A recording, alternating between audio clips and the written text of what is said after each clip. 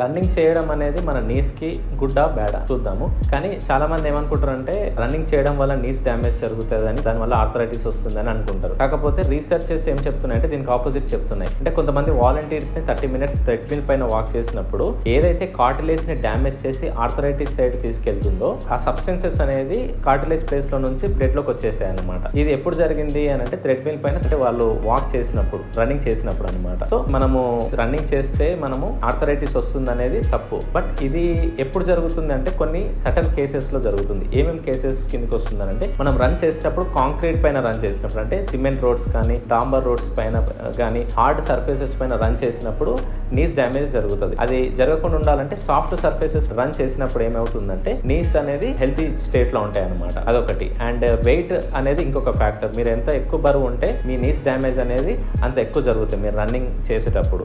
And ఇంకొకటి ఇక్కడ very important ఏమంటే మనము రన్నింగ్ చేసేటప్పుడు యూస్ చేసే షూస్ కూడా చాలా ఇంపార్టెంట్. మన రన్నింగ్ కి తగ్గట్టు లేకపోయినా కానీ మీ నీస్ డ్యామేజ్ అయ్యే ఛాన్సెస్ ఉంటాయి అనమాట. అండ్ లాస్ట్ వచ్చేసి నీస్ కానీ ఆర్థరైటిస్ కి ఎప్పుడు వెళ్తానంటే మనము ఏజ్ పెరిగే కొద్దీ కార్టిలేజ్ ఫార్మేషన్ అనేది తగ్గిపోతూ ఆర్థరైటిస్ సైడ్ తీసుకెళ్తుంది అనమాట. సో అందుకని రన్నింగ్ అన్ని వేళలా బ్యాడ్ కాదు నీస్ కి, అలా అని గుడ్ కూడా కాదనమాట. మనము ఈ ఫ్యాక్టర్స్ ని మనం కన్సిడరేషన్ లో తీసుకోవాలన్నమాట. That's it. Thank you very much.